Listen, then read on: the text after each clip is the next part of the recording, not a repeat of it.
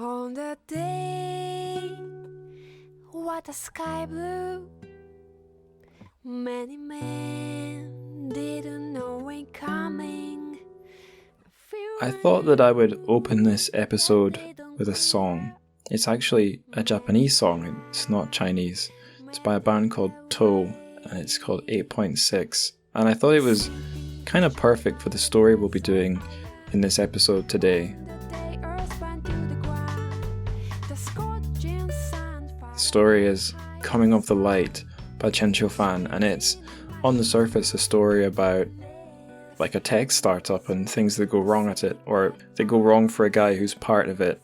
But the parts of the story that grab me are about the end of the world and what brings it on. And this song that we're listening to is all about a huge cataclysm that happened on the day when the sky was blue, and presumably clouds, fluffy and white, were in the sky. I thought I'd also open the episode with the word of the day, do something a bit different. The word of the day I've chosen is actually cloud. It's yun, so you might know it from Yunnan province. It's one of my favourite characters just visually. It's quite simple. To me it looks a little bit like a cloud. It looks like it's floating, to my eye anyway. But I think with this nice song in your ear, and with the pleasant white fluffy image of a cloud, you could try and think about something scary under the surface. Clouds move very slowly without a sound. You don't see them coming, usually. They just have arrived, and you don't notice their arrival, you notice the fact that they have arrived. And we could think about how technology does that. There's a little bit of buzz when it appears, you look away for a month, or a year, or a decade, you look back, and that technology has reshaped the world you live in. You're living in the world it made. Or you could be living in the apocalypse it made, like in this story. So I've enjoyed waxing lyrical about lovely songs and fluffy clouds and the end of the world. Let's get on with things. Let's get on to the terrific news, and after that you'll hear my discussion about Coming of the Light by Qiufan with Francesco Verso, who's his publisher in Italian in translation. Francesco Verso publishes a lot of sci-fi from all over the world, all translated into Italian. So yeah, he's the guest on the show. We're going to be talking about this story. But before we get to that conversation, we're going to do the terrific news, the translated Chinese fiction news.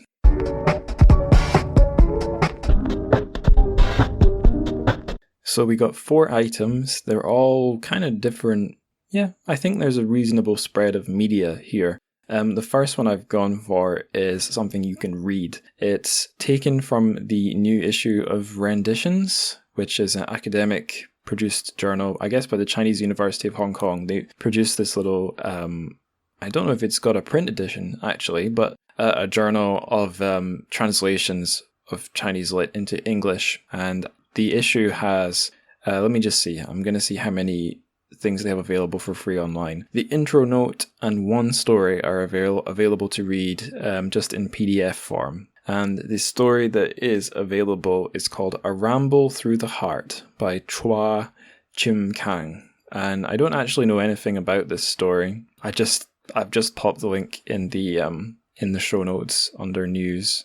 So yeah, I'll say no more, and we'll go on to the next news item. This is news about my Scandinavian nemesis. I say Scandinavian because I don't know if she's Norwegian or Swedish or what, but Astrid Muller Olsen's podcast Sinophone Unrealities has a new episode out, and it's a really interesting and enjoyable listen. It's her talking to Natasha Bruce about her translation of Dorothy Tse's Owlish, although Owlish is a very reduced and clever translation of a much longer Chinese title, which I won't spoil for you. I won't spoil the Chinese title because I can't read all these simplified characters I'm looking at, and I will not actually spoil the one thing I can read, which is the literal translation of that title. But they talk about that and loads of other things, and it's a great chat and it's a great podcast, and you should listen. And if you like shorter form podcasts, this is if like compared to mine, that is, if you think my shows go on for too long, Astrid's on this show, I think they float around the half an hour mark. So I know some people prefer that. So, never mind all the speculative and literary / science fiction-y conversations. Maybe you just like half-hour nuggets of audio no matter what is in them. In that case, that would also be a podcast for you. Okay, next news item. So it's more women, if you can believe it. And I know I made that sound like I dread the prospect. But it's a round table about sci-fi. Again, we're on my favorite theme. It's shared on the science, now what is it called? I always forget. The SFRA review. What does SFRA stand for? Science Fiction Research something? This is embarrassing. I'm going to have to go looking for what the acronym stands for. Science Fiction Research Association. Yeah, they have published a round table which has 4 people very interested in Chinese science fiction, and I think we've got at least one friend of the show on here. We've got Mia Chen Ma, Angela Chan, Yen Wei, Frederica Schneider, Vielsecker, and Regina Canyu Wang. Again, I have not read this one, but it's 4 people. 4? Am I right? 1, 2, 3, 5. Sorry, 5 people, all very interested in Chinese sci-fi, discussing it, and you can read this for free on the SFRA website. So what's not to like? Okay, and the final news item. It's meta news again. It's me parroting some praise for this show that I'm very happy with. So I'll try not to devote half the news segment to this, but everyone's a little bit guilty of narcissism, right? So the news is Kendall Reviews, a horror blog of all things, I don't know if this is like a monthly thing they do. I think it is. They choose a couple podcasts to promote every month. And I got a runner-up. So their Scream of the Week, or maybe it's a weekly thing, they awarded to a show called Invasion of the Remake podcast. So I guess it's a podcast all about remakes of movies. And they happened to have covered some horror films. And I got runner-up for what was it on the basis of? It was because a recommendation was passed on to this person by Yi, or maybe not directly, but Yi Izzy Yu, who I really need to talk to. Yi Izzy Yu, if you are listening, we should do an episode, maybe with John as well. John Yu Branscombe. Blah, blah, blah, blah, blah, blah, blah. Yeah, so this blog gave a really nice review of my show, and I won't read it aloud as I'm very tempted to, but it's if you want to see someone write nice things about this podcast, links in the show notes. But that is all, I guess. That's my pretentious intro with that nice Japanese song. That's the end of the pretentious news segment. So now we can get on to the totally unpretentious and down-to-earth interview.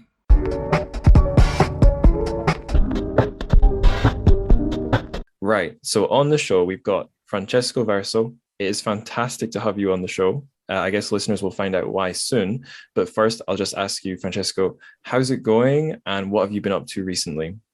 Oh, well, I'm fine, and thank you for the invitation. It's a pleasure to be here. And I've been recovering from many book fairs, which are, now starting to get back in as the new kind of normal.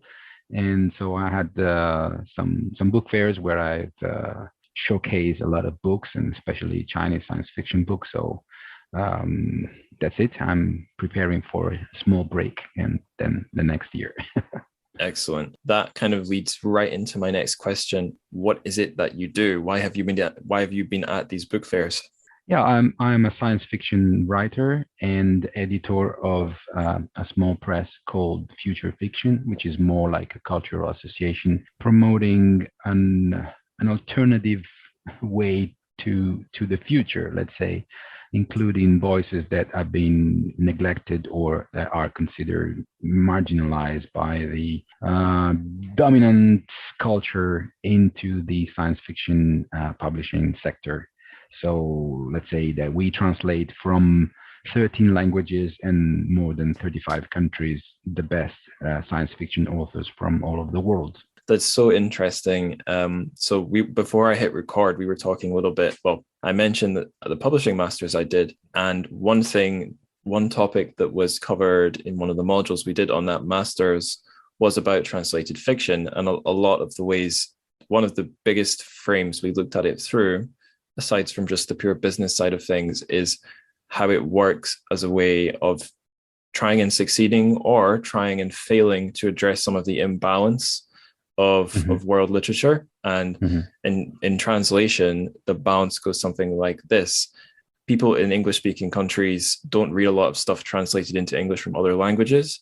And pretty much everyone else in the world reads a lot of stuff translated into their language from English. And it doesn't, I guess it doesn't take a genius to work out why that is. It's probably a combination of the legacy of British imperialism, and there's another English-speaking country today, which is a big power on the globe. You guys may have heard of it, the USA. And we're here to talk about a piece of Chinese lit that you've actually handled its publication in translation, but it's not into English that you've handled, it's into Italian. So that's two non-English perspectives. Pretty interesting stuff. So I wanted to ask you about those 13 languages that you translate into Italian from, or you publish translations from those languages. Chinese is just one of those. Are the other 12 from countries and languages that are equally sort of marginalized, or do you think China and Chinese lit is a really special case? Well, let's say that considering Chinese as a marginalized language is really it's bizarre, because it's probably the second most spoken language in the world, and it's going to be the first in a few years. So it is a matter of how the perception and the imbalance of reality is not represented into the market. But the other languages are big, important, relevant languages like French, German, Spanish, Portuguese. Then I would go into some minor ones like Italian or Turkish or Arab.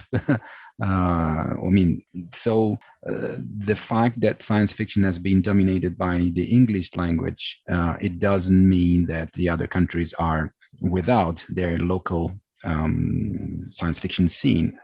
Rather the opposite. I found out that science fiction has been written in many countries. Of course, there is a gap in terms of technology, of access to information, but that has been closed by the spread of the internet, by the accessibility of many worldwide technologies. So there is now an issue of representativeness of science fiction, not of the quality of the stories themselves. Then we can go into subjective, let's say, values of what is good and what is not good, or what should be considered science fiction, what should not be considered science fiction, or what are the standards, but who sets these standards? Who defines the very concept of diversity? Why should I be diverse from you? And what is the acceptable science fiction on a global level? So there's a lot to think about that. Yeah, you could think about it forever.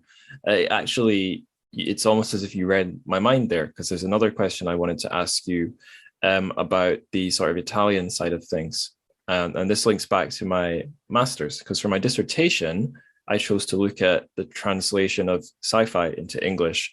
And the angle I sort of went in thinking I was going to talk about it from was, look, the literature that makes it into English from Chinese is very biased towards certain types of novel. I assumed it would be mostly dissident fiction, and then everything else gets sidelined. I found that maybe wasn't quite the case. It was a combo of literary fiction, like highbrow realist or maybe magical realist stuff, and dissident fiction, which is usually in a similar vein, but with a political edge. And then anything that was more in the genre fiction, more fantastical or speculative lane got sidelined. One of the types of book I thought was really interesting were these books which were definitely realist and rebellious, but weren't dissident and weren't traditionally literary, which were sort of about bad boys. But even they were not really fantastical and speculative, like a lot of Chinese sci-fi and fantasy is. Although I've found even that finding in my dissertation, I question more and more, because you can get so many interesting Chinese genre fiction books in English today, from the wuxia and the sci-fi and crime genres. So for all the complaining I wanted to do in that dissertation, I found Chinese English lit, English language Chinese lit and translation is fairly diverse. It's just interesting to see who gives what attention. I try to give every type of thing on the market attention, but I'm going to get to my point now and ask you the question: what is that landscape like in Italian? Like if I go into a big bookshop in Rome or Milan and I start looking for books translated from Chinese, what do you think I would find on the shelf? And then if I went online, would I find other stuff like on the Italian Amazon or? Well, when let's say that in mainstream literature, you would find the worldwide famous authors like Mo Yan, Yuhua, and this kind of authors which are translated in every language. So when it comes to science fiction, you will probably find just Liu Cixin and the novel of Chen Qiufan, The Waste Tide. Nothing else. Really nothing else. The other things are things that I've done but are not distributed. So Right. we chose another path. So you will not find them on the bookstore, but you will find them online. So online there is of course much more titles, diverse titles, also getting on the market faster than traditional distribution, let's say. So would I be right in saying you do a lot of like e-publications, or do you do print books as well? No, they are printed. They're printed. I do both, of course. I started Right. out as a native digital publishing house, but then I have to say that Amazon opened up a KDP, a Kindle Direct Publishing system, and it worked out very well for me.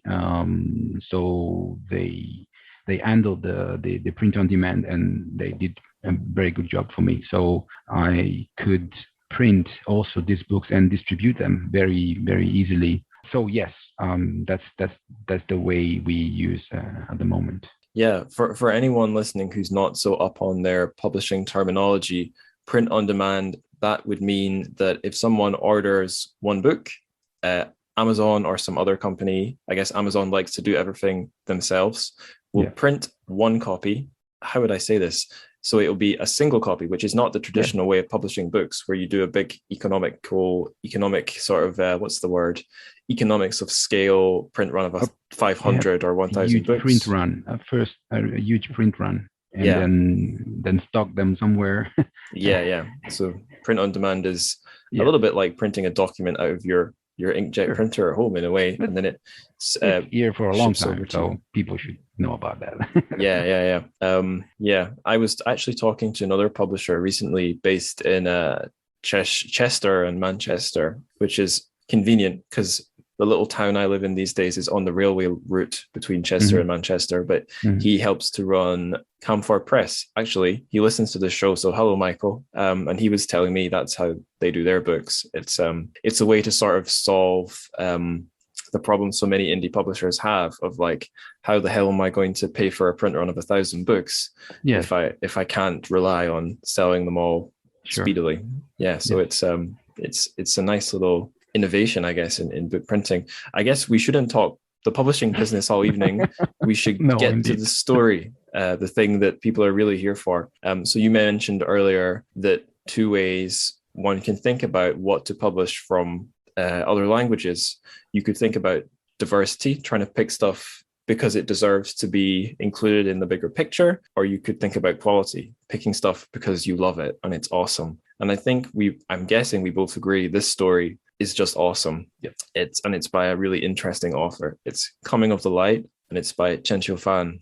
And I'm really excited to be talking about this one. So I want to ask you, what was your contact with Chinese Lit? So first contact with Chinese Lit, first contact with Chinese sci-fi, first contact with Chen Qiufan, and then finally, what was your first contact with Coming of the Light?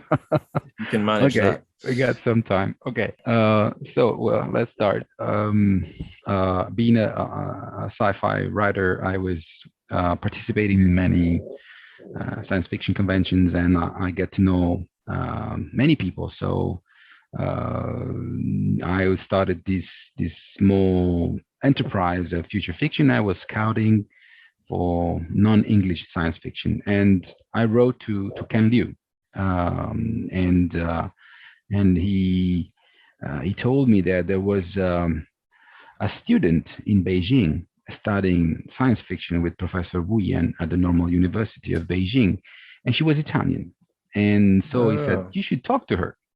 And this student really was, my contact with Chinese science fiction.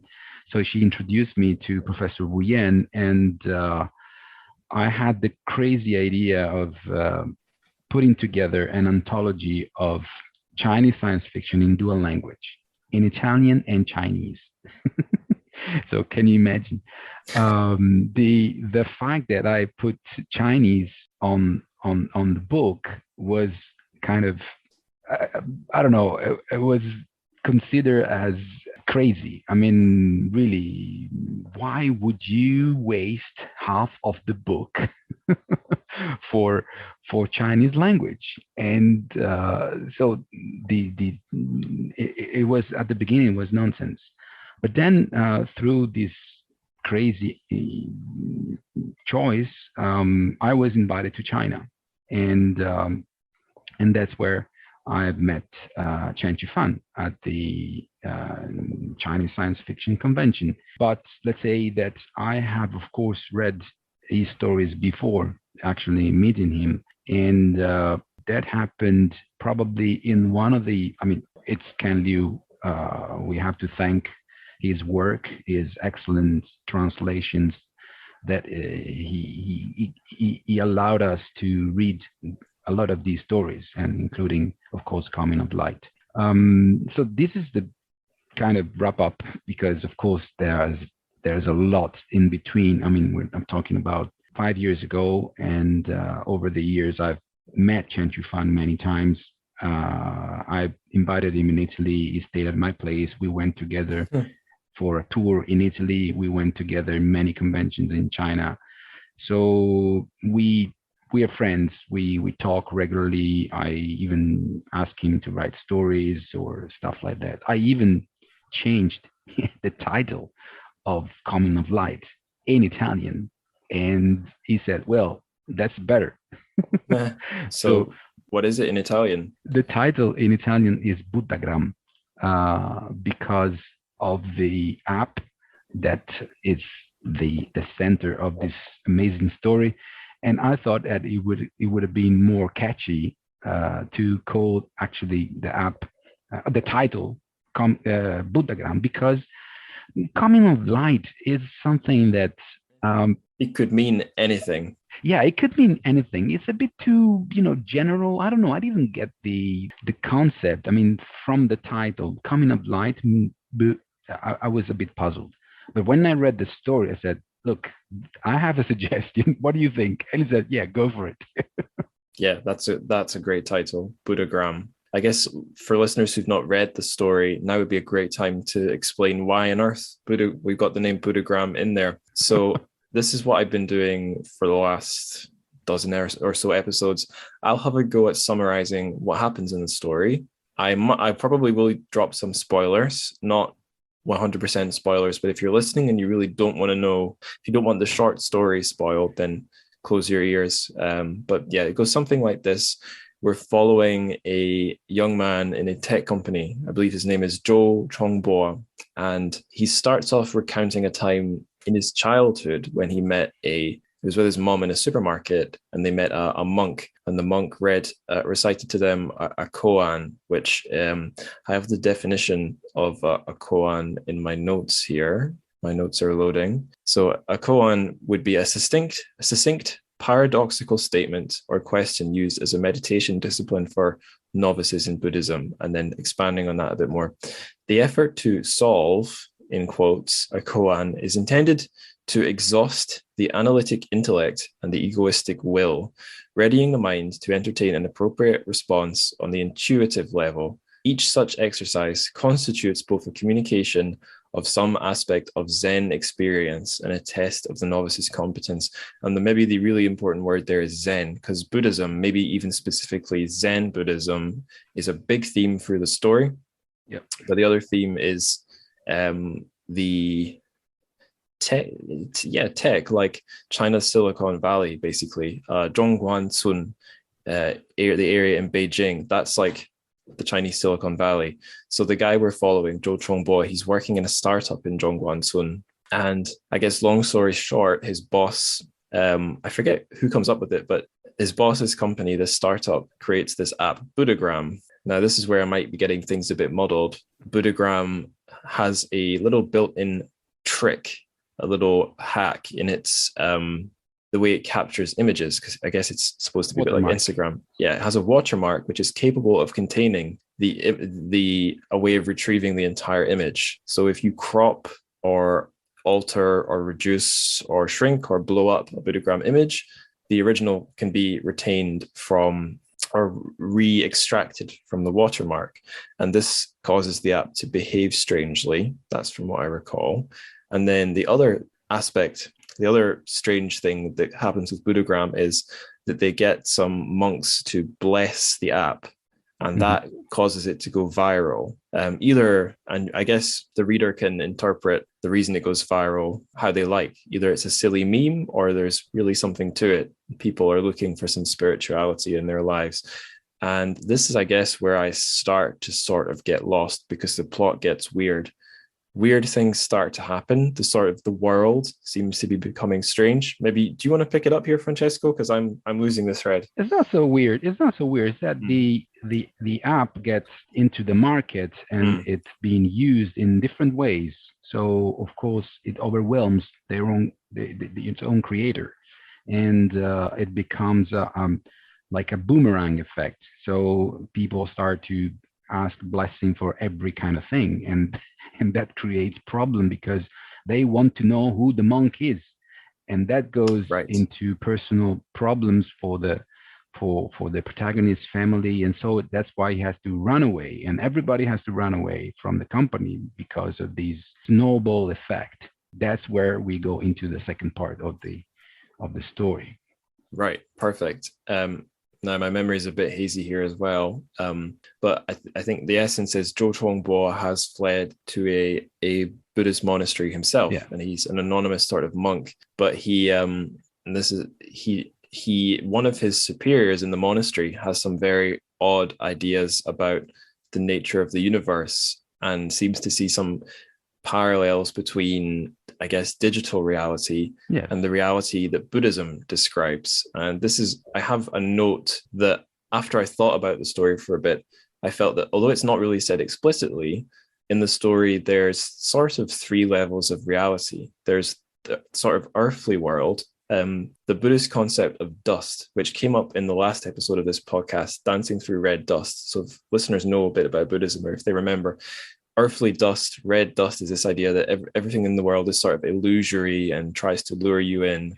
The world's something we need to see past. So there's the real world, but everyone seems to kind of want to escape the real world onto the screen, the black mirror, if you like. There's some discussion in the story of how everyone's addicted to their phone. The main character describes having like a phantom notification pulse on his thigh where his phone is in his pocket. Like I've had that phantom pulse. And I made a comment in my notes that Mark Fisher, the deceased theorist who I've brought up on the show a few times, has a talk where he talks about how his phone seemed to have reprogrammed his nervous impulses as well, because he has an impulse to check his phone. So yeah, there's the screen world that is transforming people's brains and is a place people want to run away to get out of this world. And then there's the hidden reality that is going on in the background. That's referenced directly a few times. And I'm skipping ahead slightly to the end, but at the end of the story, the world seems to be breaking in some way. There's a discussion, I forget who Chongbo has it with, but there's speculation that something in Buddhagram transforms the sort of background reality of the universe, and weird things are happening. Someone in the US, a US university, gets shot off screen, so to speak, and corporate secrets have been stolen, I think, there's kind from of the US. A rogue algorithm. Yeah, a rogue algorithm. And then right near the end of the story, a meteor, well, it seems like, because we only see it in a reflection rear view, a meteor shower that was briefly mentioned early on in the story seems to be striking the earth and bringing about a sudden sharp light that ends things. So the weirdness of the story, like first time I read this, I did not have all these complicated thoughts about the meaning, but I noticed the weirdness. There's a creeping weirdness that you don't even know is there until it's too late, and then the story's over. And that's why I love the story, really. The stuff about the tech and Buddhism and Beijing sort of yuppies is really interesting. But I like it because it's flipping weird, and it really, I think this story really rewards a close read, trying to treat it as a koan, trying to treat it as something that you need to solve kind of logically, but kind of also, like I was saying earlier, intuitively, using fuzzy logic and your gut. So yeah, that's why I love the story. What about you, Francesco? Do you think there's anything important I missed, or anything you'd like to gush about how you feel? No, it's all there. Of course, it's full of many. Yes, it's full of many ideas. It puts together this strange acceleration of technology that there is in China, with this kind of, they're reaching this escape velocity, you know, and so they need something to hold on to, and they don't know. I mean, is it Buddhism? Is it the family? Is it some kind of, you know, materialism? I don't know. And they don't know. I mean, this is the thing. The Chinese science fiction is kind of expressing this confusion, this incredible mess that is happening to the country in a very short amount of time, compressed. They have received so much, and this story is a mix of this. I mean, you go from a Buddhist temple to the Silicon Valley just in the blink of an eye. You go from people being alienated by work to his wife trying to, you know, make him realize that they will not have a baby if he doesn't, you know, change his life. And I think his wife is also a very nice character. She was addicted to gaming, and then she had to kind of become a ludist, and then she's trying to pull him back on Earth, you know, from wherever he's going to. And I like her character very much. So yes, you said everything. I like this story so much that I'm going to do a comic. Oh, fantastic! It's gonna be probably next year. So we're gonna have a visual edition of Buddhagram / Coming of Light, and so the story deserves to be told in many ways. I mean, I would totally say to Chen Qiufan, please expand this story, because you have everything to write a novel on this. And I can imagine, if you read the story, you listen to the tone, it feels so much like Fight Club in Beijing, you know, yeah, in some ways. Yeah, that's the thing I like about Chen Qiufan. I mentioned I'd quite like some of the bad boy writers. So like Wang Shuo, Murong Shuezu, and Ai, all bad boys who are sort of edgy, but they sometimes can be a bit one note, writing about these depressed sort of failure guys, or maybe they're sort of misogynistic, or maybe they just drink too much or something, kind of thuggish men. Whereas Chen Qiufan's stories, it feels like there's an edge and a danger, and it's like stuff on the ground. It's not like Liu Cixin style danger where you're in space and an alien might annihilate you from half the galaxy away. It's much more grounded than that. And that's something I quite like, because one issue I have with some of the translated Chinese sci-fi I've read is that a lot of it is quite cutesy. I found maybe not so much the stuff that's available as books, but a lot of the other younger writers don't feel to me like they're a Chuck Palahniuk kind of guy. There are happier stories about more gentle people, which is great, but my cup of tea is for something a bit more dangerous. And I think Chen is able to get that without it being like dumb. I wanted to bounce back on two things you said there, or not bounce back, that implies I'm going to disagree. I'm going to do the opposite. I'm going to try and keep the point you made running. So one, you mentioned acceleration. That's a perfect word. If sort of technological acceleration is something people are interested in reading about in a story, this is a great story for that. I have acceleration twice in my notes. Once is a comment on a little bit I've quoted from the story. So the part of the story that I've copied and pasted out into my notes goes like this. In the end, we underestimated the creativity of users. It turned out that Budogram pictures, due to the presence of the watermark, could be recovered from even low-resolution copies or crop fragments. That meant they could be shared and forwarded without taking up much bandwidth or time. And I've said this is a fun idea. It's the idea, and maybe it is just an idea, but it's a compelling one, that you can use technology in a sort of decentralized way through the internet and individuals to give people a kind of a hack, something that will let them compress things or accelerate things and sort of cheat, send more information, but with less time, less effort, more ease. And it even can become a way to sort of, in this story, hack reality, because something weird happens to the universe. So from something as small as a clever little trick that lets you shrink an image but not destroy the image, there's this crazy idea that might transform things in completely unsuspected ways you'd never expect. And the other thing I wanted to go with a little further is you mentioned the wife and how she's been through a sort of deprogramming from a gaming addiction in a camp. And the crazy thing is, maybe you know this, I'll bet some of our listeners don't know, these are real things in China that really exist. I think they might have been short-lived. I think they became notorious quickly for being extremely harsh. And, education and parenting can be pretty harsh in China, but even this was too harsh for some people, like anti-gaming boot camps. And it's one of many things I think you can see Chen Qiufan doing. He's really good at picking things that you would never believe would be real. But in today's mainland China, actually, they're real. Yeah.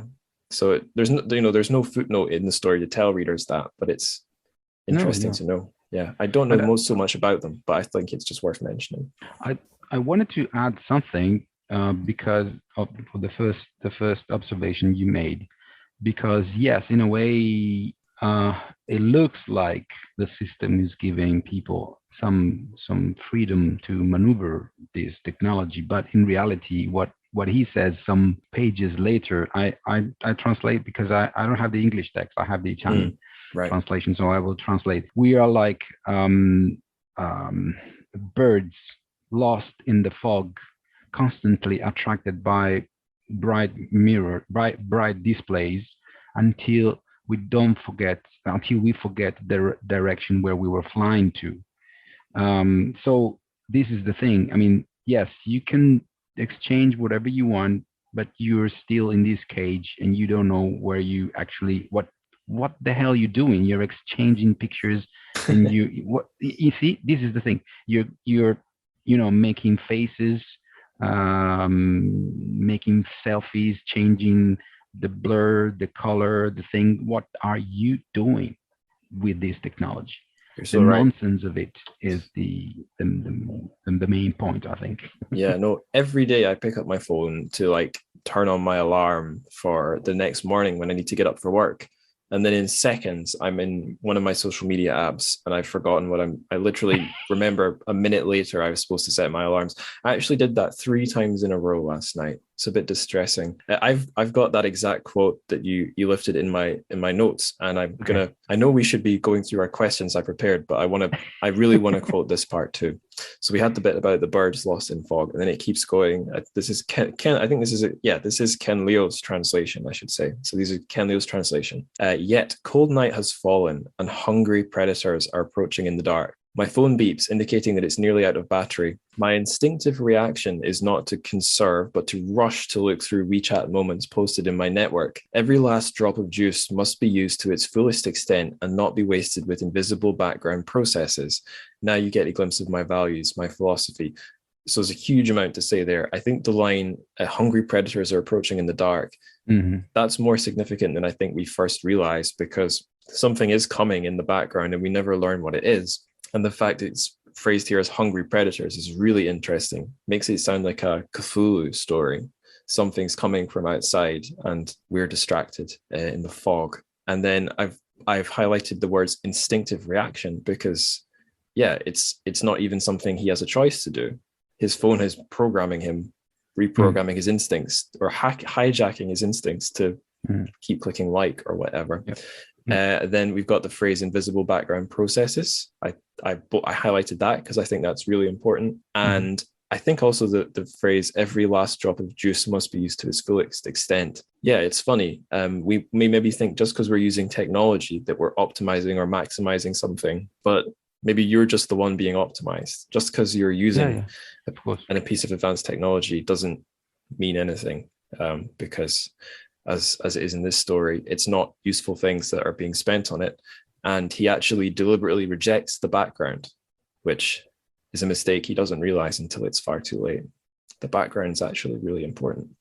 that was all I wanted to say. Do you want to throw out anything else, or should we keep moving through our set questions? Let's move on. Okay, great. Let's move on. So I thought we could look at the koan itself, keeping things mysterious. So I'll read the English translation of this koan at the start. Although I guess I can say if you're a Chinese listener and you're like, koan, what the hell are you talking about?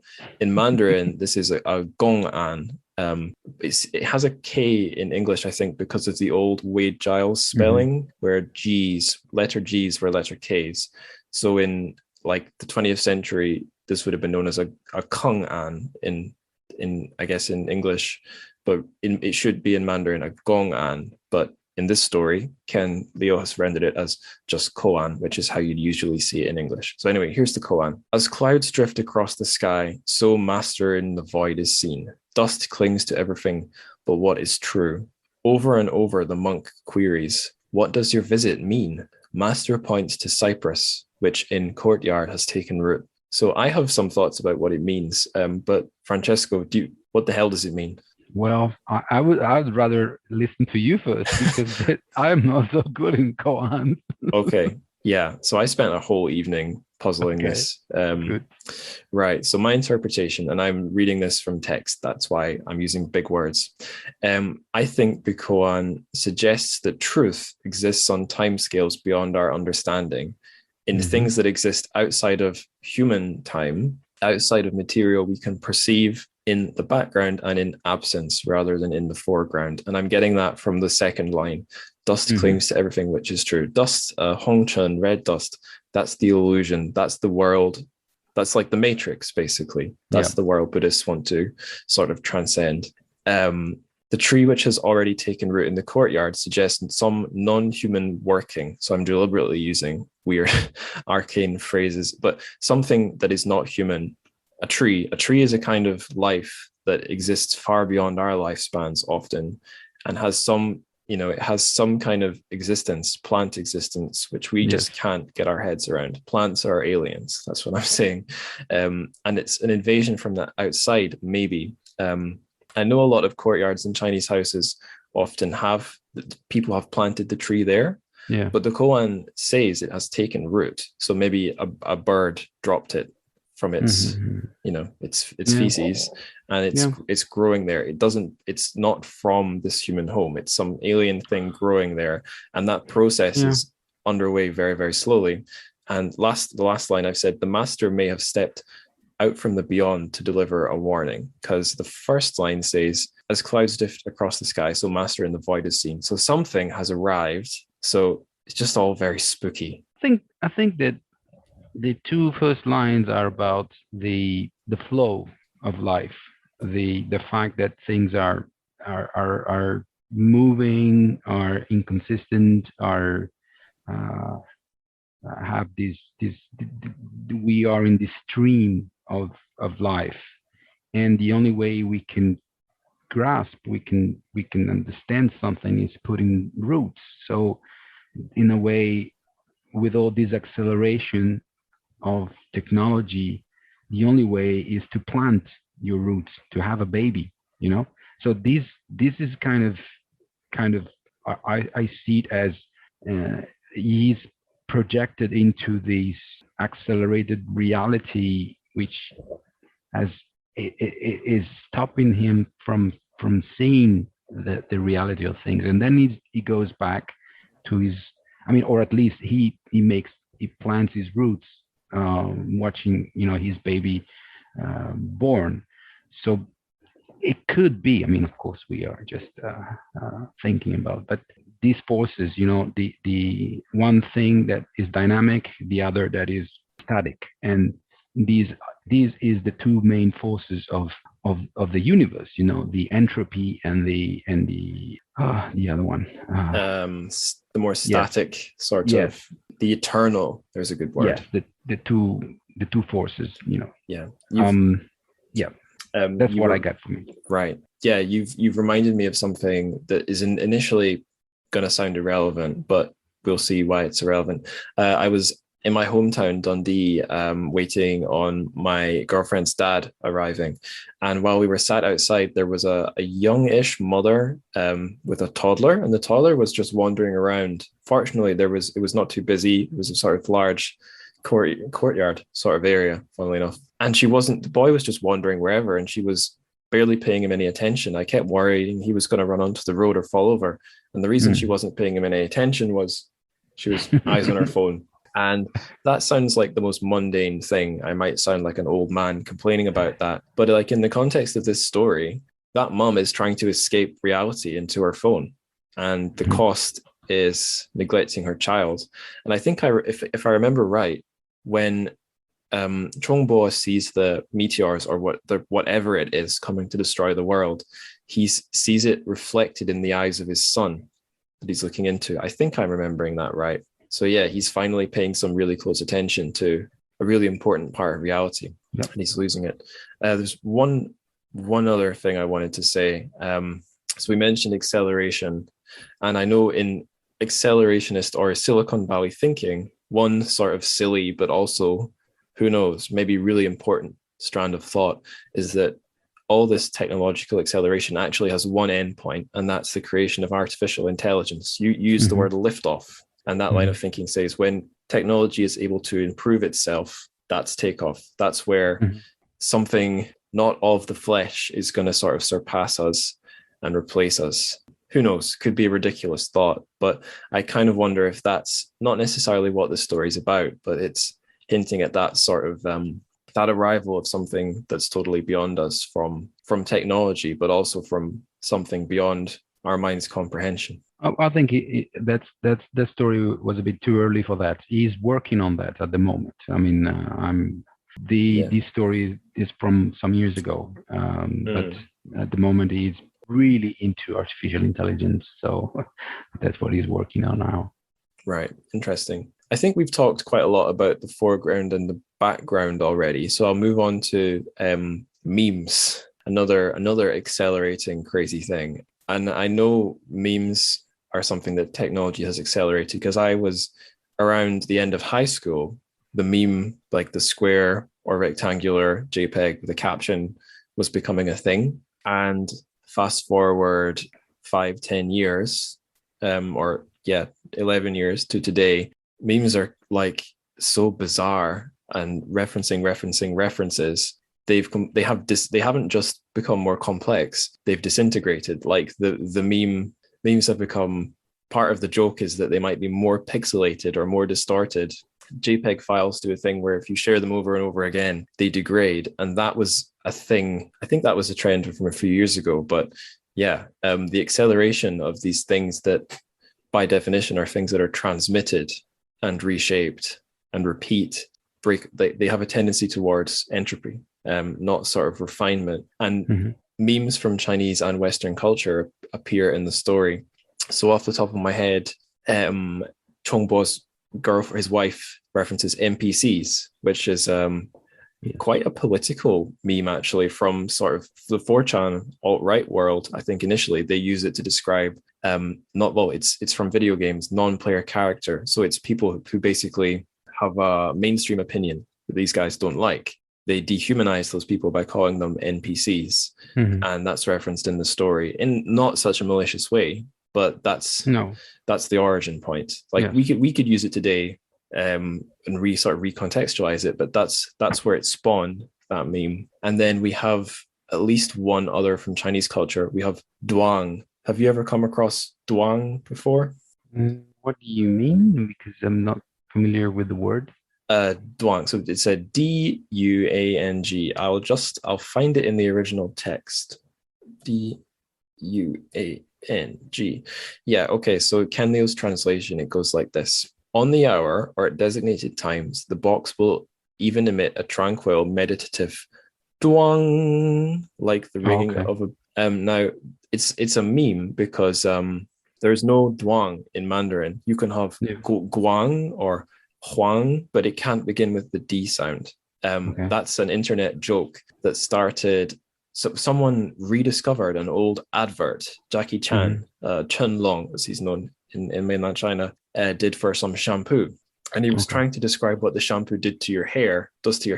And he went, oh, it does something, but it makes it curly and bouncy. It's kind of like, and then he goes, duang.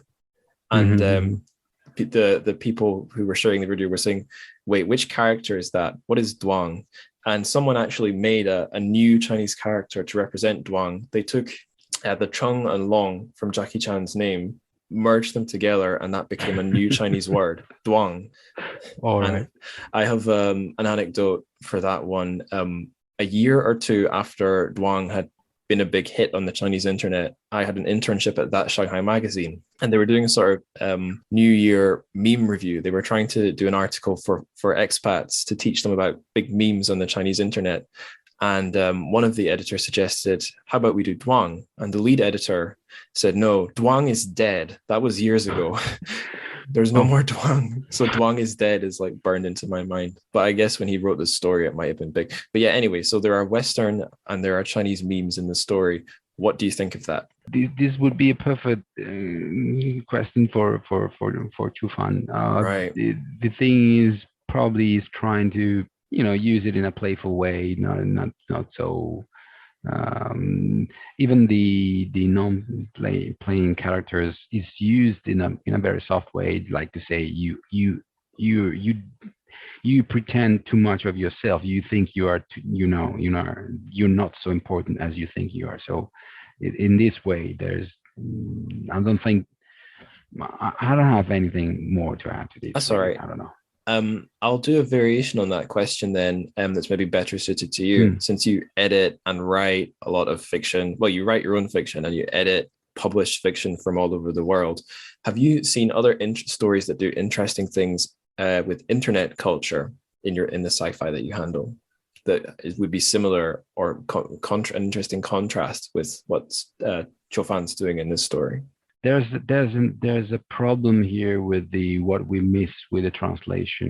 So it's it's difficult. I think it's also difficult because a lot of writers don't touch sort of like social media in their stories. They sort of just to keep things simple, they don't include it. Like smartphones in movies are often sort of snipped out because it would totally transform the plot. It's difficult. It's difficult because it's culturally specific, in a way. I mean, if you're not doing, your own thing in English for the English speak. I mean, I don't know. I mean, I would like to see it in Chinese if I could understand Chinese how it was handled. But I do have published an Italian story that deals exactly with memes, Mm. and it's full of crazy things. These cats all over the place, and so there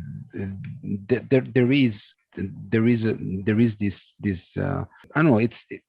It depends on how much the writer belongs to this generation. So it must be young enough to, because I'm too old for that probably. Right. So I have a very passive and outside point of view about memes.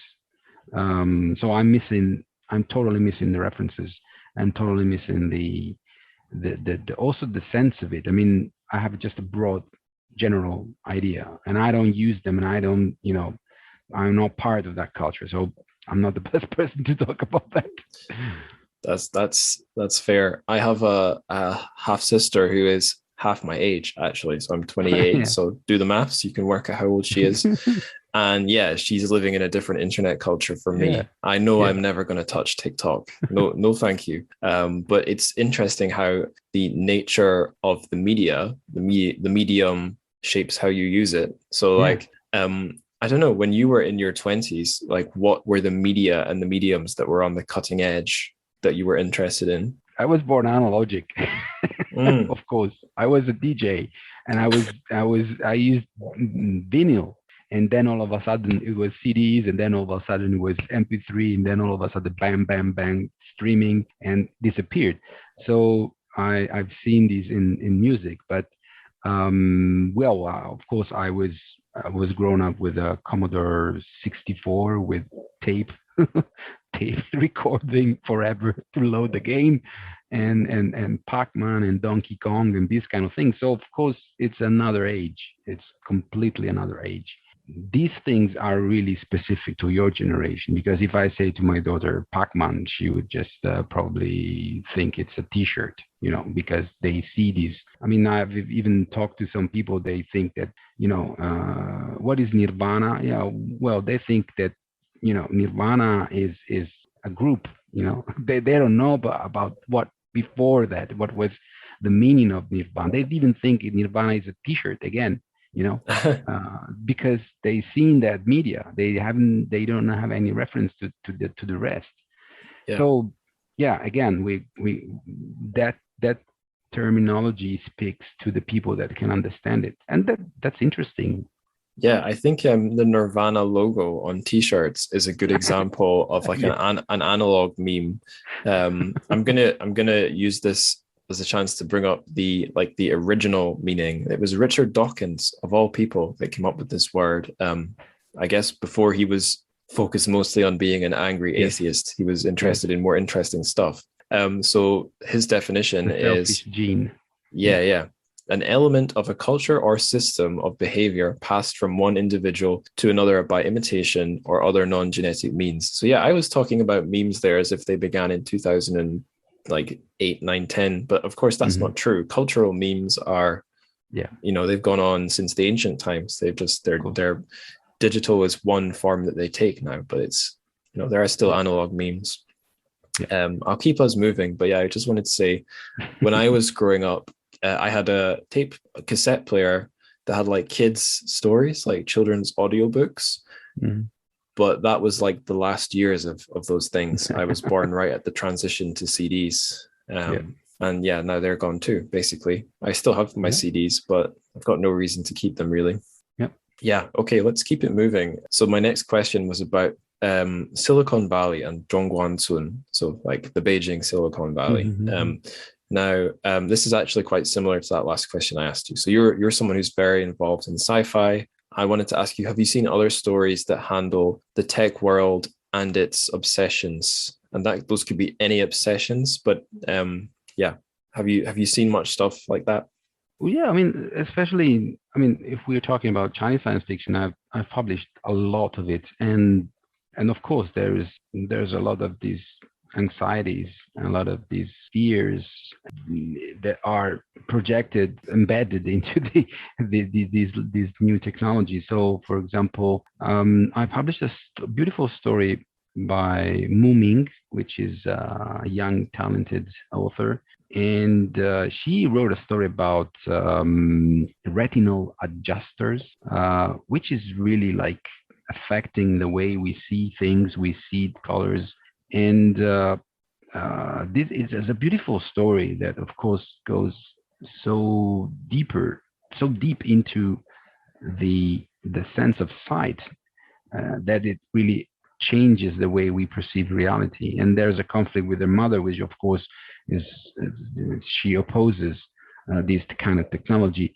but she's left behind because everybody is using this technology to augment themselves. So, what is the cost that we pay in terms of refusing to upgrade ourselves, and what do we get from the standardization of our site with all the others, because these retinal adjuster are kind of letting everybody see the same reality. So it's really, really interesting, and that's another way of seeing seen from the perspective of a female writer. That's also very, very interesting. That's a wonderful story. That says a lot. And also, I mean, if you take, probably you've read Xia Jia's story, Tong Tong Summer. That's also been the use of the Hafu, the use of the android to support an aging population is wonderful there, because it puts the missing energy of the old people back into circulation through the use of technology. So you have a positive use of these androids in a way that they are supporting the old people. So really, I think it's a very interesting way how Chinese writers are trying to answer or trying to address some of the big questions that are pervading the population, or even the horizon of what things, how they will be gone this way or the other way. There's a very good forecasting experiment, I think, or forecasting exercise. Yeah. As much as I like Chen Qiufan, sometimes his stories can get really literary. Let's say they don't work. They don't always work so much as like practical sort of thought experiments of where could the technology take us. But Tong Tong Summer is an interesting case of something that's could be one way that things really could go. It's got that an interesting connection with a possible not so abstract reality. And I just remember another one that I just published last month. It's Han Song. Probably I love him so much. Yes. Han Song, and there's this story, Paradise 28. I translated like that, where they kind of create these cities for old people, where they send these old people to these cities run by artificial intelligence. Are they better off? I don't know. I mean, they are perfectly happy. They do what they want. They have good life, enjoy everything. But they see their children. They don't see their children anymore. Just holograms. So it's so weird. But I heard that they're going to have some experiment of having these special areas where old people are, put all together. Yeah, well, I saw, I think it's just a thumbnail for a news story I didn't read, but it was saying this year could be the first year that the world population has fallen. And I guess this is something that's coming for a lot of countries, both Western and East Asian, is the problem of the aging population, where the number of old people is going to be that high. How on earth, economically, as well as socially, can you support them? So I think Chen Qiufan might have said this himself. I know I've said it. I think I said this in my dissertation. The same future is coming for all of us, but it could come in China first. Oh yeah, and that's one case where the government has taken steps to deal with that population bomb by reversing the one-child policy into a three-child policy. I want to rewind slightly because you mentioned Muming. Muming has something. I actually have read that story that you were describing. The London Chinese Sci-Fi Group covered it, and I love it. I would love to talk about that story, but I'm going to keep us moving. So Muming, at least at the time I read that story, was working in Google in the US. That means she has something in common with Chen Qiufan, because he worked in Google in Beijing when they had more of a presence there. And the reason I'm bringing up Google is I read a little article in preparation for our conversation about Buddhism in Silicon Valley. I'm going to put a link to this in the show notes. Oh, thank you. This was written, it was in Wired magazine, which I think has covered Chen Qiufan, actually. I'm sure Wired has done a piece on his work. But anyway, this article is from 2013. So that's 8 years ago now. 2013 was 8 years ago. But it's just it's mental how much Buddhism had sort of integrated into like Facebook, Google, and it makes a great companion piece to this story, because you realize, this is not something Chen Qiufan is just pulling out the air. This is a real thing. And it's an interesting comparison, because obviously in the Silicon Valley context, this is for the most part, Westerners sort of making use of an Eastern, sort of Indian and Asian and East Asian philosophy. I didn't mention this already, but it's in my notes. Zen Buddhism is an interesting thing because Buddhism is Indian. Zen Buddhism has its roots in China as a Chan Buddhism, but we call it Zen because it was sort of preserved and popularized in Japan, where I guess Chan translates to Zen, or is it something like that? And Ken Liu has chosen to render it as Zen, but I would assume in the Chinese it's probably Chan. But anyway, I'm meandering. So to actually know, to stay on that point, there's the guy that the article introduces us to first. It's called Chada or Jade, not sure, Meng Tan, who is, at least at the time the article was written, was Google's Buddhist guy, basically. He would lead little Buddhist meditation sessions. And his official job title in Google was Jolly Good Fellow. He had a very bizarre job title.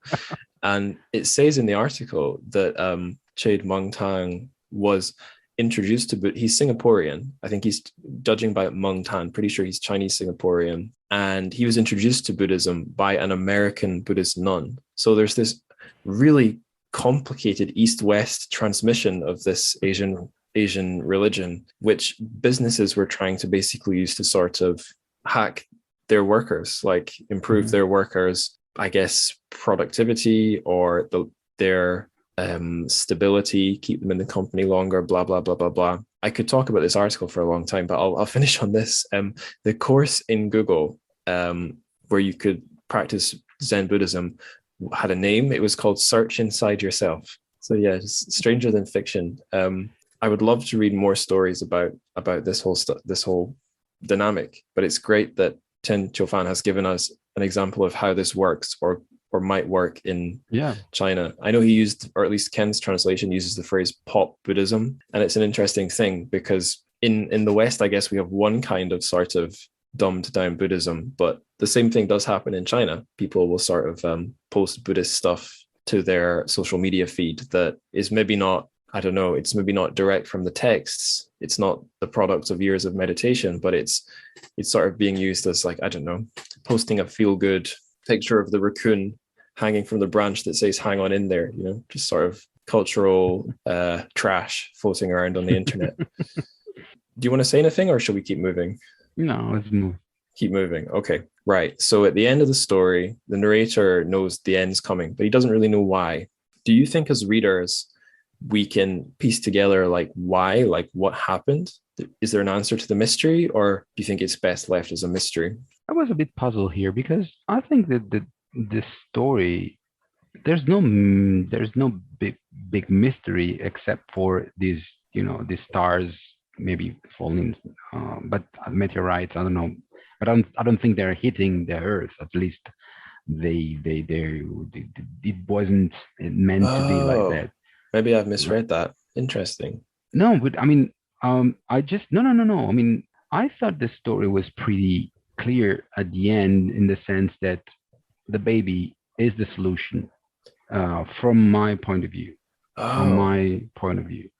The fact that he's going back, he refuses the second call of his former boss, so he's choosing his wife, he's choosing is becoming a man in a way, so he's putting roots, he's becoming that cypress of the koan that we've seen at the beginning, not being blinded by the dust. So that's how I saw the end of the story. That's great. It's great that we have different readings because then listeners, we're not dictating to one answer to the listeners. I think I might read the last few paragraphs of the story and then listeners will hopefully be enticed to read the rest of it if they haven't already. So it goes like this. If this is the reason that the universe is collapsing, then all I can say is that the programmer is incompetent. Why regret destroying such a shitty world? But I'm holding my baby son, his tiny fist enclosed in my hand, and all I want is for time to stop forever, right now. I regret everything I've done, or maybe everything I haven't done. In these last few minutes, a scene from long ago appears in my mind. That guy wearing the army coat on the pedestrian overpass. He's staring at me and my wife, and like some stuck answering machine, he says, "The quadranted meteor shower will come on January the Hmm. 4th. Don't miss it. No one is going to miss this grand ceremony for going offline."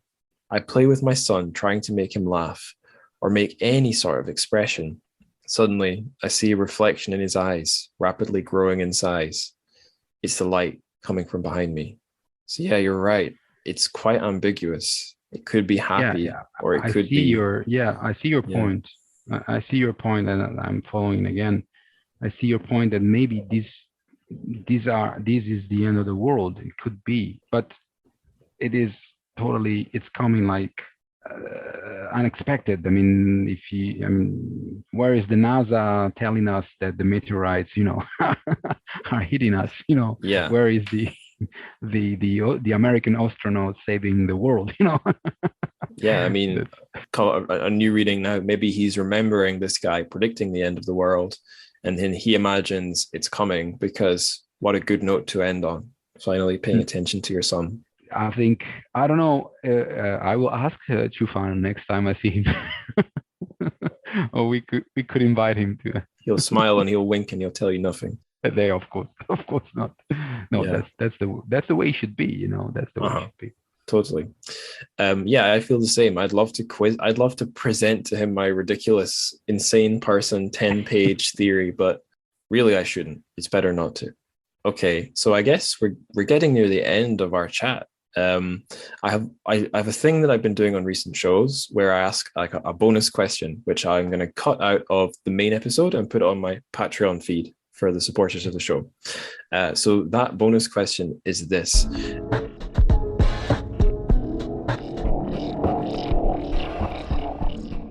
Yeah, I guess like an easy way to like do a little test, a scientific test, is the story hard sci-fi or not? Do you need to know some science to Mhm. understand it, or is it going to explain you some science? And it doesn't really. I think some knowledge of tech could help, and that would make sense because that's Chen Qiufan's background. He's not like a physics Mhm. guy or a chemistry guy or a biology guy or a space Yeah. travel guy. When he's worked as a professional outside of literature, it's been in companies just Mhm. like this. I'm sure that has helped him to write the story. It makes you wonder if he's met guys like the boss in this story, Lao Shu. I'm sure he couldn't name them, but I'll bet he's met some characters in whether it's in Zhongguancun in Beijing or it's Silicon Valley in California. I bet he's met some Oh yes, interesting people. absolutely. Have you heard about the in I think in Beijing these days or in China he's been reaching out to shamans from Yeah. like Inner Mongolia and Yeah, yeah, stuff. yeah, yeah. Do you know much Yeah, about yeah, yeah. that? When we talked last time in some panel, he told me that with the pandemic, he used this time to kind of go out of the system. Really, he wanted to disconnect himself from that kind of hyper-connected, accelerated reality. So he really went into the mountains. He spent some time on his own. That's what he told me, and I Hmm. wonder what is the result of that period of time. Whether that will be reflected into his new stories. I don't know. So yeah, that's what I know. I'm really interested to see the results because like when I first saw that it was like shamans, huh? But on the other part of me was like, yeah, that makes so much sense. That seems like a next logical step for the crazy places he's Let, taking his let's say ideas. I don't know if I mean I don't know if this is true. This is just my personal opinion. I mean, I've been telling him, and not just him, but everybody about this solar punk thing that I'm doing, and I'm been Hmm. promoting this every way I can, and he liked that very much. So probably I hope that I think he saw the potential of this new idea, and probably is doing something about that. So let's see, maybe. I hope. Do you want to talk more about solar punk for listeners who don't know the word? Let's say it's just the legacy of the old cyberpunk, which turned out to be our mainstream reality at the moment. So with data theft, with pollution, sprawling cities, this monolithic capitalism that is running the system of the world. Uh, Maybe we should find an alternative to this kind of nihilistic, cynical reality that we're being sold every day. So some kind of people are trying to say we should, try to imagine a different scenario, imagine a different reality. So using technologies to give independence and autonomy to the people. To if you can't fix it, you don't own it. These kind of things. Like we used to open up our PCs, we used to open up our devices and change them, but now we can't do that anymore. So we're just consumers. We want to be prosumers. We want to be we want to do the things, not just use them. And so Solarpunk is trying to say that the new resources, the way we've been producing and distributing wealth is not the best. And they try to create some exit strategies to this current situation in a practical and viable way. So it gives science fiction a new direction, because at the moment is not looking at the future really. From my point of view, it's split in two. One is the let's say the outside, the new space opera, like leave this planet and colonize another one. The other one is the Elon Musk mentality. Yeah. That you find another trash bin to throw all the dirt. Yeah. The other one is it's the post cyberpunk. So it's this applying the same logic of extractivism, extracting value from every single behavior, every single thing that capitalism can think about, and then you build up another dystopia, another post-apocalyptic scenario, another, this kind of nonsense, or at least the end of the world. It's over and over again. So in between these two, there is Solarpunk, I think. Some way to try to imagine a better society, because if this goes on, which is one of the most important let's say narrative methods of building a science fiction story, then you end up with the same story over and over again. So we need to find another narrative, and Solarpunk is providing that. And do you see any of that in the Chinese sci-fi you've come across? Not at the moment, because they are very confused with, the old generation, namely Liu Cixin, Wang Jingkang, Han Song. They were born with the space opera and with a new wave. So they're still there, of course, from different sides. Han Song is kind of like Philip Dick way, and Liu Cixin is kind of Arthur Clarke way, but the others are more into like, how can I say, they don't have the punk, because they cannot be very easily punk in China. So the yeah the fact that they're missing this counterculture, how can I say, outcast vision of reality. So their characters are not many edgy. Like I was saying earlier, it's impressive actually that Chen Qiufan has found a way to write and be published and have a little bit of an edge, because although you never see it's I guess it's pretty rare even now under Xi Jinping to hear that a Chinese book got censored just for being edgy. Mm-hmm.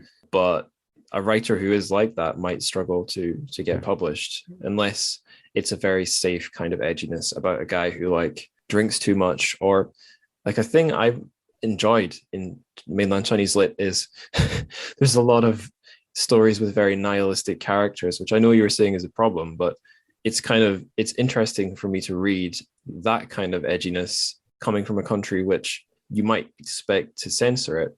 But yeah, to try and have something a bit more substantive, like what you're looking for, but also have a bit of an exciting edge. Maybe they're not getting censored, but maybe they're just not finding publication, so to speak. Yeah, well, of course, no, there is a lot of this, but uh, solar punk has a specific vibe. So it is a recipe of a couple of ingredients, you know. So there are counterculture. I mean, Jan Ran, have you read the Ether? Um, Maybe I think Jung Ran is someone I get mixed up with a few other people, but I did Ken Leo's Broken Stars have a Jung Ran story, or have I imagined that?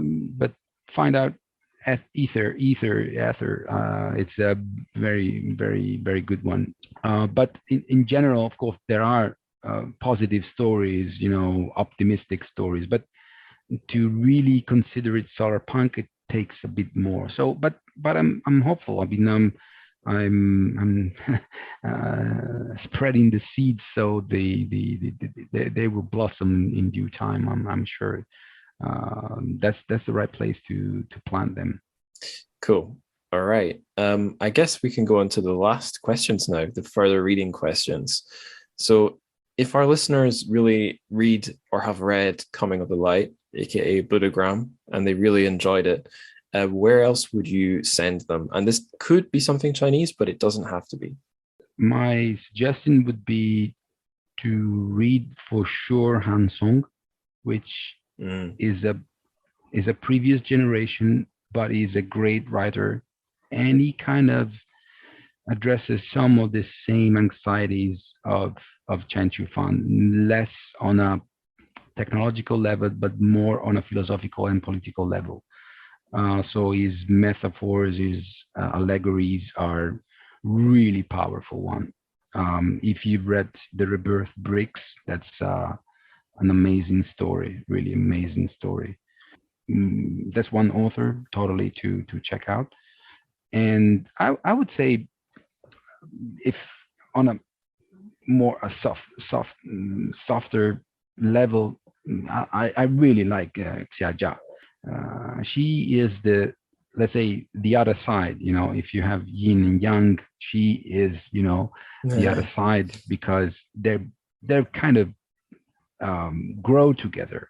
They're often the two champions of contemporary Chinese science fiction. They often are invited to conventions together. They are, you know, good looking, stylish, speak English, can, you know, really deliver on stage and online. So she can really mix the myth, legends, and folklore 2,000 years of history and projecting it into the future with these androids and holograms that could, you know, keep the family together, help to sustain this aging population. I really love the way she can talk about the the feelings that are affected by technology on different level, on the familiar level, on the couple, on the individual. Um, so that would be my suggestion. The Spring Festival. Have you read that story, Spring Festival?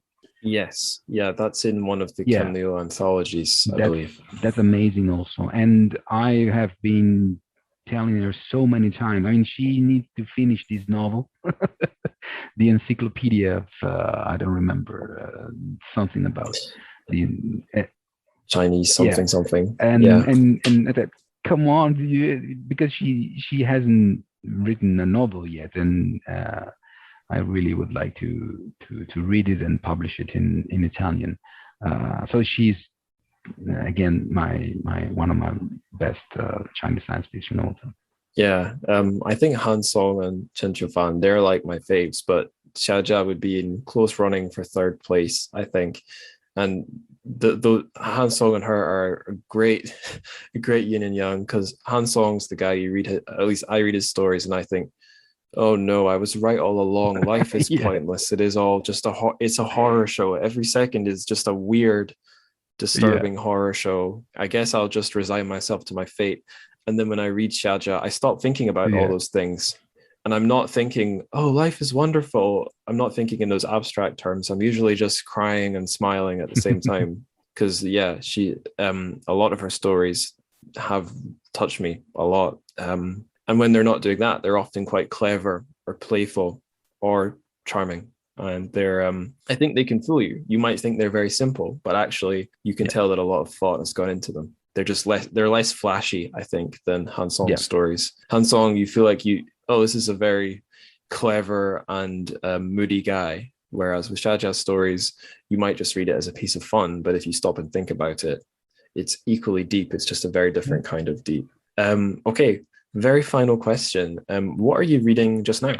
Oh well, I've started to read a book called The Ecology of the Poor, which is in the idea of decolonizing our imagination and decolonizing our system. And the other thing, of course, is I have on my shelf AI 2041 by Chen Qiufan and Kai-Fu Lee. So I'm going to read that Nice. book pretty soon.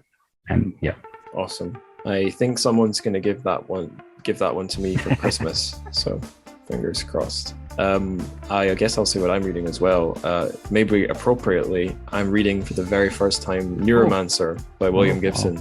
So the guy that I think Chen Qiufan has been called the Chinese William Gibson. yeah. I'm finding out that's kind of true, but also they're kind of really different as well. Yeah, I guess that's all my questions. Is there anything else you want to say before we say goodbye? No, fine. I'm fine. It was very nice. Very nice. Very good to be here. Awesome. And now we've reached the final segment. So thank you very much, Francesco, for that interesting chat. I think it's ideal, really, when you've got two somewhat different takes on a story. Always a good sign, really, that if you've encountered some weird event, just like one does in the story Coming of the Light, if everyone who's walking away from that weird event thinks that they saw the same thing, then isn't that a sign that something's gone wrong? In a way, anyway. Maybe I'm being too literary here, not literal enough. Anyway, let's do the plugs, and then you can get on with your life or listen to the next episode of a completely different podcast. So I'll keep it simple, really. If you want to talk to me or other listeners of the show, there's lots of places you can do that. The best place to talk to other listeners would be the Discord. There's a link to join the Church of Fic Discord in the show notes. If traditional social media, ancient institutions like Instagram and Twitter are more your thing, then here's where you can find me in the show. The show has its own Instagram at Church of Fic, TRCHFIC, and I am my own person on Twitter. It's terrible. I don't advise it. But if you want to follow me on Twitter, it's at Angus Likes Words. Last thing of all, of course, is the Patreon. We've got, I think, we're coming up to having more bonus episodes on the Patreon than standard episodes, though I'm not trying to trick you here. The bonus episodes is usually solo. It's just me, and they average about half an hour long. I've got a teeny little one coming out, queued up for February, admittedly quite far off,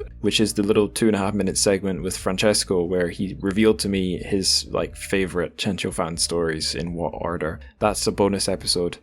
So all of those little bonus segments are going up on the Patreon too. But yeah, I said I wouldn't take too long. Let's not take too long. Let's say farewell. Of course, very last thing, you probably know what I'm going to say. It's the best way to spread the word about the show. Tell your friends, tell your teacher, tell your pet monkey, if you've got a pet monkey, and spread cropped, enhanced, deformed, semi-deleted images of the show with the Buddhagram watermark attached, and then the recipient will extrapolate the entire RSS feed onto their phone. The wonders of technology, honestly. On that inspiring note, 再见.